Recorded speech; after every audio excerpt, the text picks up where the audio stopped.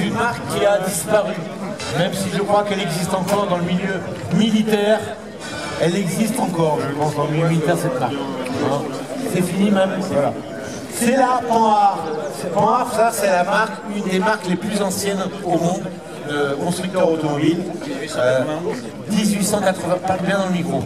1891.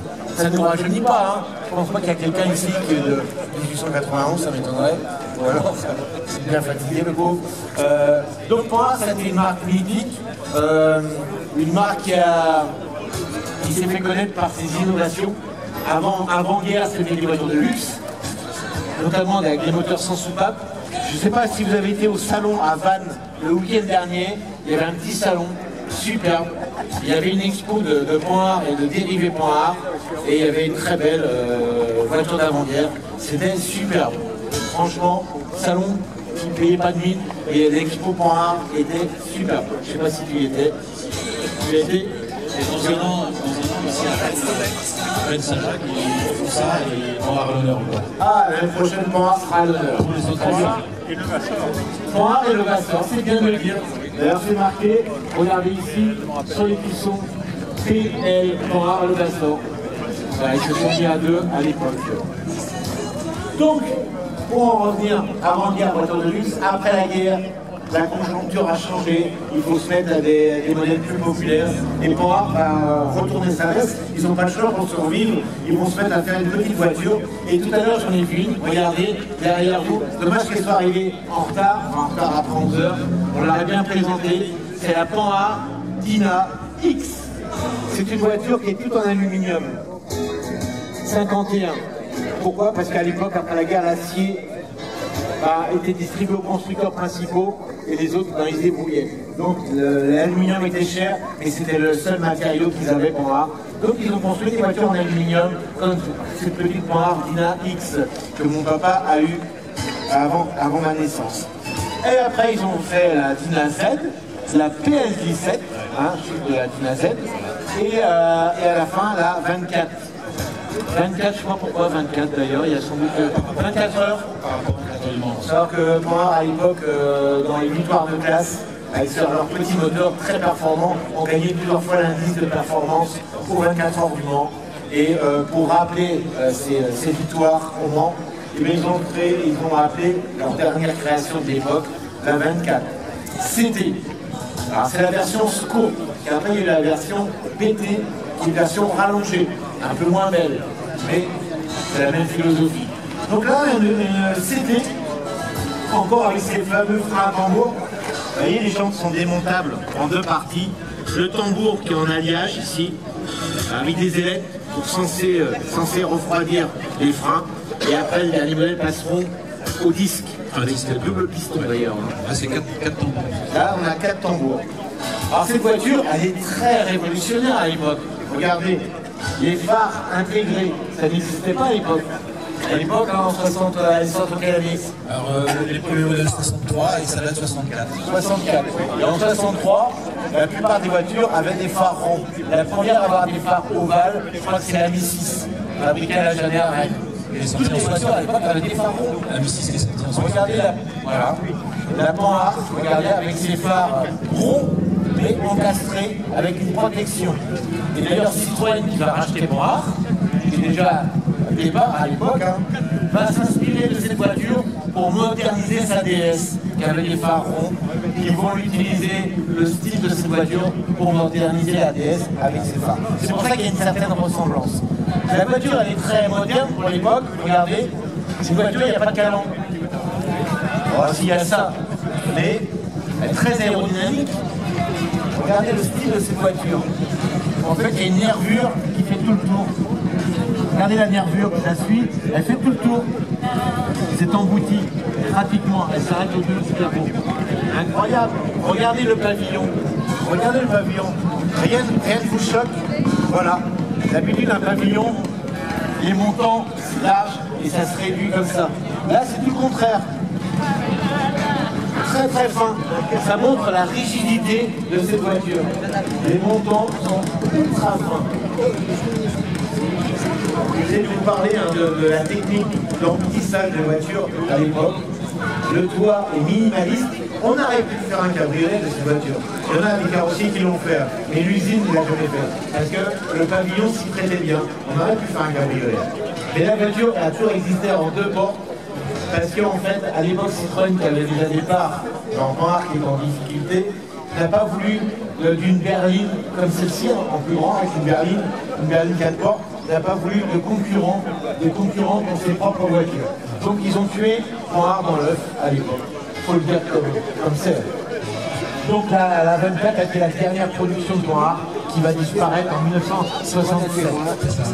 Je peux te parler? C'est la parole. Alors, parle bien dans le micro, à la verticale. Je ne vais pas parler de temps pour dire des bêtises. Non, tu vas pas dire de bêtises. Je vais parler de la voiture en général, mais dans la tienne. Alors tu l'as acheté depuis combien de temps? 2019. 2020. Bon, bah, il y a des choses à faire dessus, c'est sûr, mais l'important pour moi, c'est la météo. Juste comme ça. Voilà. Les gens t'entendent, c'est pour ça. J'ai chanté il y a une époque, mais maintenant j'ai arrêté. Donc. Ah ouais, moi je chante toujours, je fais des carottes. Bon, Donc ce qui est important pour moi, c'est surtout qu'elle roule, parce que je fais plus de la mécanique et des petits... elle est propre, hein? Elle a été repeinte sans doute. Elle a été repeinte. Alors c'est pas sa couleur d'origine. Pas tout à fait. Il y a des petites différences. Normalement, elle était un petit peu plus couleur prune, je dirais. Un peu plus foncée. Voilà, prune. Légèrement, hein. Bon, là, suivant le temps, la couleur, elle change, c'est incroyable. D'accord. Et elle a ça me gêne un peu. Non, ça lui va bien avec le toit blanc. Franchement, cette couleur lui va très très bien. On remarquera aussi, je l'ai pas dit tout à l'heure, à l'époque c'est tout à fait novateur. Alors, même s'il y a un petit Lotus Elan, on l'a remarqué, les pare-chocs qui sont intégrés à la carrosserie. Regardez les pare-chocs chromés, ils sont intégrés à la carrosserie. À l'époque, ça ne se faisait pas. Un pare-choc, il y avait la carrosserie et le pare-choc plus loin. Il y a un espace, quoi. Hein? Et là, le pare-choc, c'est très aérodynamique. Ils sont intégrés à la carrosserie. Ça, c'est tout à fait novateur, révolutionnaire presque à l'époque. La mécanique, ça reste une mécanique un petit peu moteur. Elle s'est améliorée d'année en année.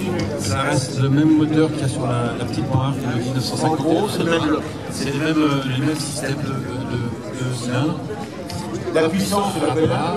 Alors, normalement, ça va de 50 à 65 chevaux, je crois, je ne vais pas dire de bêtises.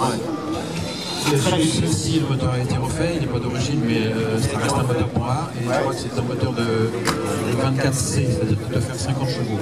50 chevaux, c'est pas très puissant. Normalement, c'est un Tigre. Il devrait faire 65 chevaux, mais bon, elle roule très bien, je ne change rien. Voilà, très bien. On peut voir ce moteur. Alors, vous connaissez le moteur Panhard d'après-hier? C'est un bicylindre en fait, à refroidissement à air. D'où le bruit atypique quand on l'entend. On connaissait à l'époque le Panhard parmi d'autres. Hein. Il y a beaucoup de voitures d'ailleurs, à l'époque il y a beaucoup de Panhard. Avec cette espèce de carénage ici, aérodine, qui capte l'air pour refroidir les cylindres. Les cylindres, regardez, il y a un capotage en tôle dessus, et cette turbine là, en tournant, refroidit les cylindres. Comme je vous l'ai dit, c'est un refroidissement à air. Voilà. Les tubulures d'échappement qui servent de support moteur d'ailleurs. C'est assez bizarre comme conception. Et les tubulures d'échappement servent de support moteur. Et c'est pour ça que ça casse des fois. Il y a plein de choses qui ne sont pas dedans. Moi j'ai enlevé les ici normalement il y a des. Oui, ça doit prendre de l'air ici. Ici il y a des réchauffeurs qui viennent. Ouais, les réchauffeurs ici, pour le chauffage. Et le chauffage arrive derrière la tableau de bord, il passe dans les portes et il réchauffe toute la voiture comme ça. Donc là on a Panhard-le-Vassor, avenue d'Ivry, à Paris 13e. Moi j'ai travaillé à Paris pendant 17 ans. Et l'avenue d'Ivry, j'y suis passé souvent. Et c'était les anciennes usines Panhard qui étaient là. Donc voilà, ça me rappelle des souvenirs aussi quand j'étais à Paris. Ce quai d'Ivry où on passait, l'ancienne usine qui a été rachetée par Citroën. Donc le moteur bicylindre à plat, donc gage une bonne tenue de route déjà parce qu'il est à plat, donc centre de gravité très bas, en porte-à-faux. Et puis voiture assez légère, je ne sais plus le poids, mais c'est en dessous la tonne. Alors, tour de 800 kg. Mais ouais, à peu près. Regardez l'intérieur de ces voitures. Regardez déjà les poignées de porte. Très stylisé. Je ne sais pas si c'est ouvert là ici. Regardez. Assez original, hein. On va les fermer. Alors la poignée, pour sortir, quand les gens se mettent dedans, ils ne savent pas. Elle est cachée en dessous ici. Voilà. Elle est cachée en dessous. Alors ici il y a un cache qui te manque. Hein. Oui. Quand on ouvrait la portière, il y avait une lumière qui s'allumait. pour prévenir vraiment une autre voiture qui arrivait. Ouais, c'est large qui fait que j'ai voulu serrer ici et puis Tu l'as cassé. voilà. Mais il est dans le coffre, hein, il faut refaire ça. Je peux m'asseoir à bord? Bien sûr, bien sûr. Le tableau de bord était très en avance sur son temps à l'époque. Pourquoi? Parce qu'il y avait des bourrelets de sécurité en cas de choc. Voilà, comme le volant ici, pour protéger. Le volant, vous remarquerez, il n'est pas rond. Non. Pourquoi il n'est pas rond? À votre avis, on va demander au public. Pourquoi il n'est pas rond? Pour pouvoir passer les jambes. En me regardant, c'est facile à voir. Pour pouvoir passer les jambes. Parce que s'il était rond, regardez, moi je ne passerais pas mes jambes en dessous. Donc on l'a ovalisé pour faire de la place entre le siège ici. Donc voilà. Regardez, il y a autre chose aussi qui est assez marrant. On parlait du chauffage tout à l'heure. Et en principe, un chauffage, ça dégivre le pare-brise. Mais les vitres, elles sont jamais dégivrées. Regardez ce qu'a fait Panhard. Ils ont fait un conduit avec un caoutchouc. C'est-à-dire quand on ferme la porte ici, le caoutchouc va se plaquer ici. Et l'air du chauffage va continuer ici et ressortir là pour dégivrer les voitures. C'était très innovant à l'époque. Oui, d'accord, pour ça. Ouais. Ouais. Il n'y avait pas d'autres voitures qui faisaient ça à l'époque. L'air ici passe. On a aussi un passage. Ça fait joint. On a aussi un passage ici.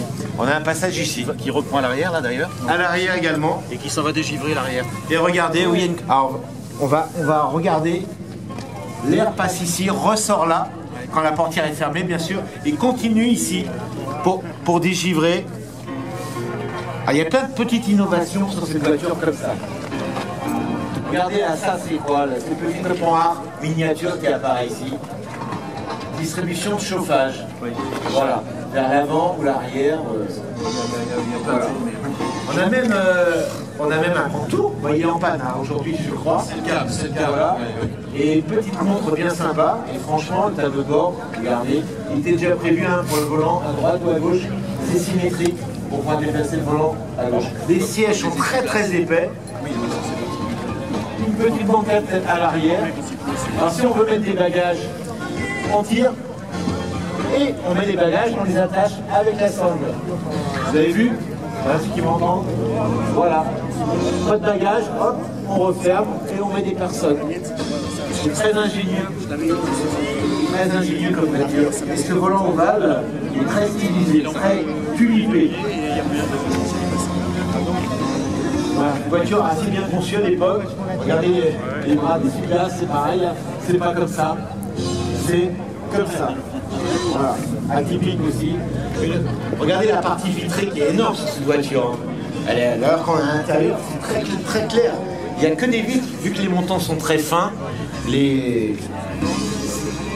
On a une clé ici, tu vas faire pourquoi? Là, parce que ça, on peut rabaisser la banquette, c'est pour ça. Voilà.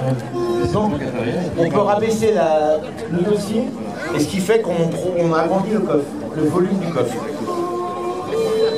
J'adore l'arrière de cette voiture, avec cette casquette ici, hein, c'est un rebord. Il y a du bazar, hein, mais...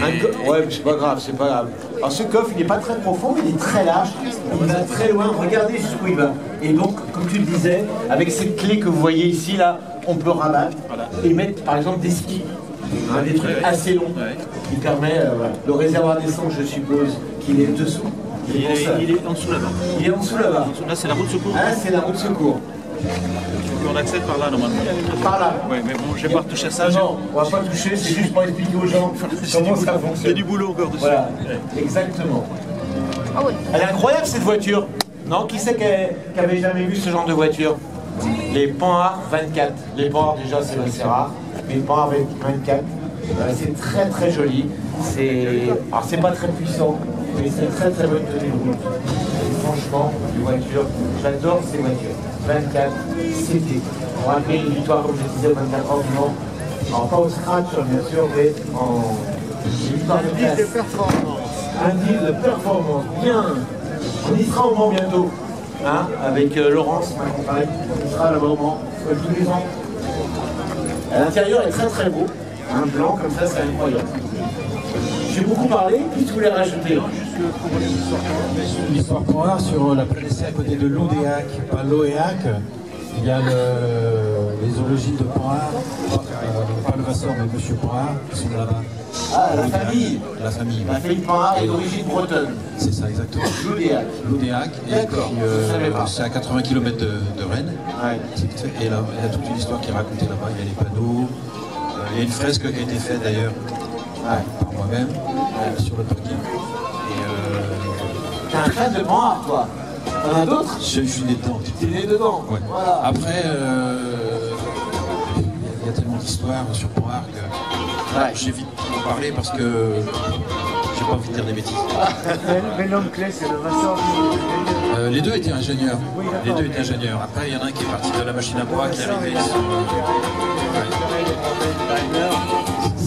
Il y a eu des mariages après qui fait qu'ils se sont trouvés. Je vais te laisser repartir ou te remettre à ta place. Raconter là-bas la planète. Voilà. Il faut, ça fait Panhard a toujours été impliqué dans l'automobile, même après l'arrêt de la marque, hein, notamment au niveau des salons parisiens. Et c'est une grande histoire, Panhard. Voilà. Hein, et on a eu des ingénieurs après-guerre très connus comme Cognier, hein, qui ont fait des moteurs assez incroyables. Le pionnier, Louis Pionnier, qui a dessiné pas mal de Panhard, et aussi quand ils sont le Citroën, c'est lui qui a dessiné la Méhari.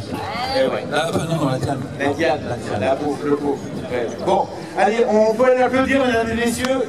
On va laisser se garer et on va passer.